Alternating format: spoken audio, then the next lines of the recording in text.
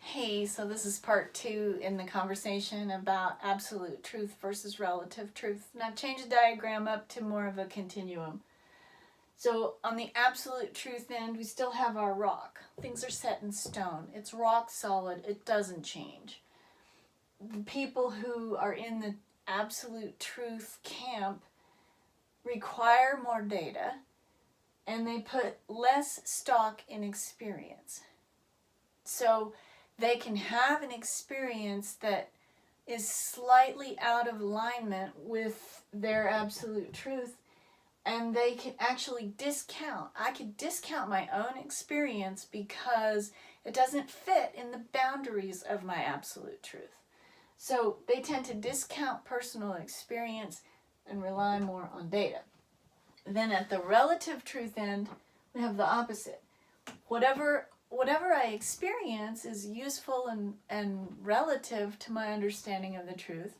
So my fluid, squishy, watery, flexible version of reality and truth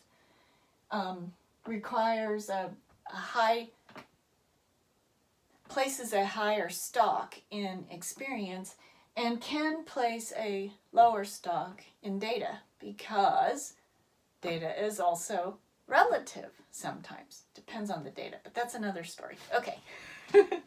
So here we have this tension. Okay. So you might run into people who are at the opposite end than you. And we kind of maybe all fall on the spectrum. Maybe I feel like as far as religion, there's an absolute truth. But as far as how the economy works or how government works, I may think that there's more of a relative truth. And that's true too. I mean, we're not so simplistic that we're completely absolute or completely relative across all spectrums. I hope that makes sense. Here's the thing I want you to think about. In the case of relative truth,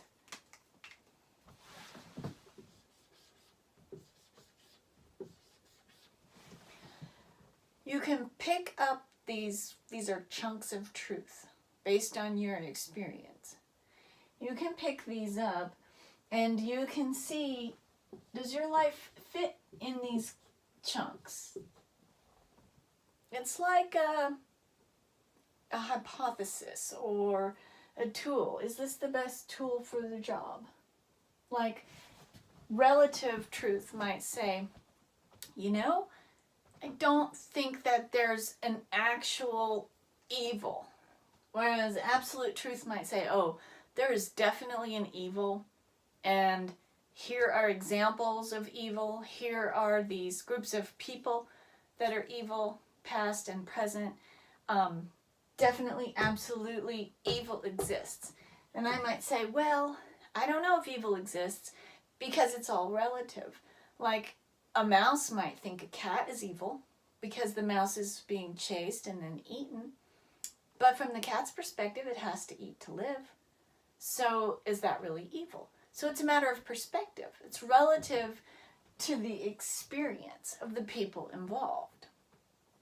So whenever we're holding something as relative and it's loose and flexible, we put things in these containers, or we match these puzzle pieces up to see how well do they fit.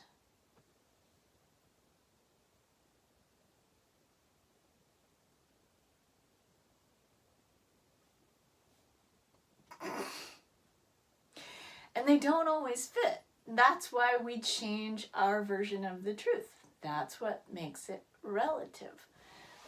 So if I put my life experience inside of here and it doesn't fit, I'm going to throw this one away and I'm going to throw this one.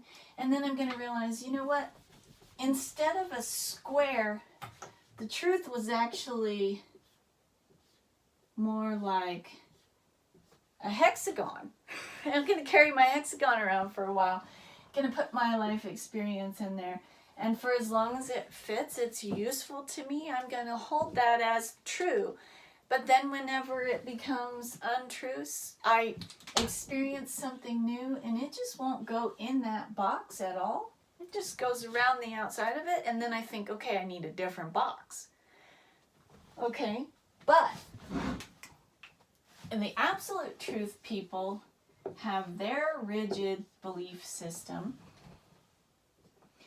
and they're going to experience life and what fits in there. That's great. But if something doesn't fit inside of the structure of absolute truth, these people are more likely to reject this, deny that it ever happened. I actually can't nuke these structures. They're set in stone. I can't just say, oh, here's a new piece of data, here's a new experience. It doesn't fit in my structure, so I'm going to rip this all apart. In fact, fear of ripping apart one's whole belief system is probably one of the most solid reasons why people are absolute truth holders. Because I don't want to just tear apart my entire life. I've built my belief system one brick at a time. And there are books that are thousands of years old and organizations that are thousands of years old, and they're all giving me these bricks, and it's all supported and it's rock solid and it is true. And something comes along that doesn't fit in there, guess what? Not only do I reject it, but sometimes I can't see it at all. It just doesn't exist because I don't have room in my truth to allow for this thing, whatever this is. Okay, so if you're tracking with me, what I invite you to be thinking about is, where am I now? Am I more relative or am I more absolute? Am I listening to people in my life or on the internet who, and are they relative or absolute? Are they like me or opposite from me? Are they supporting me or causing attention? Okay, then if you're someone who's trying to influence people, ask yourself, is your target audience absolute or relative? Because that's going to change your approach to how you meet them. Then here's a good one. If you're having a conflict with someone, or sometimes the conflict is with a concept, not a person, ask yourself, is the conflict a tension between relative truth and absolute truth? Because I have a couple of people in my life who hold on to absolute truth. And I've said already, I'm relative. And we get together and we talk. I enjoy hearing their perspective, and sometimes they influence me. And then I share my perspective, and I'm wrong. Because it doesn't match. And it's frustrating to be wrong. And I used to bang my head against so many walls trying to get through when there's no way I'm ever going to change this. It would take too much dynamite. It's not even my responsibility. It's not even within my influence. These are the people I have to just go, okay, hey, that's a great perspective. I hope that's working for you. And then move away.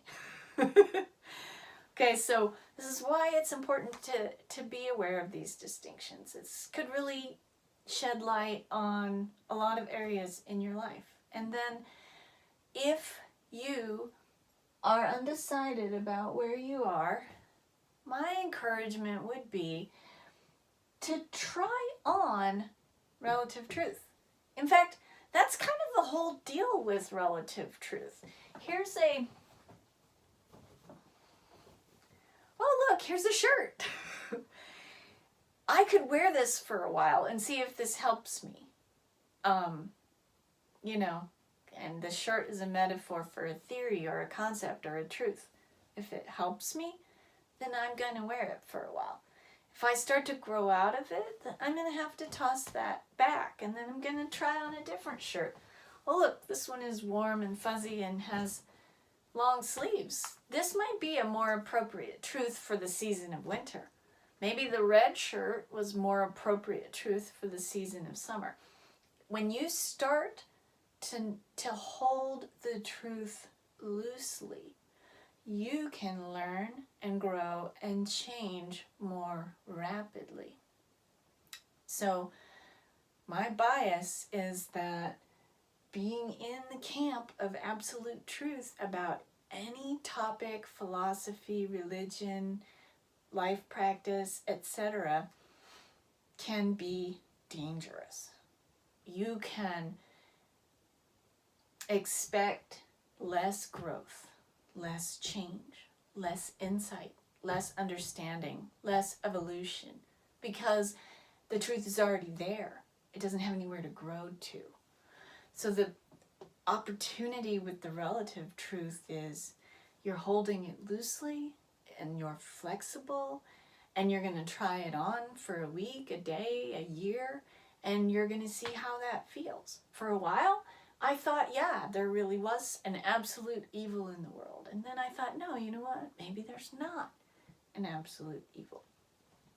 This relative truth has a lot more cognitive flexibility, a lot more opportunity for growth, change, learning, dynamic, intuition.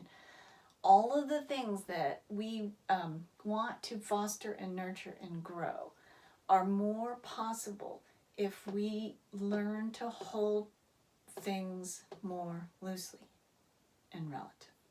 So I hope this is making sense, but ask questions. I do kind of just talk off the cuff, and so I might be rambly. If you think I'm rambly, go ahead and let me know. That's fine. And I'll work on it. Hey, thanks. Have a great day.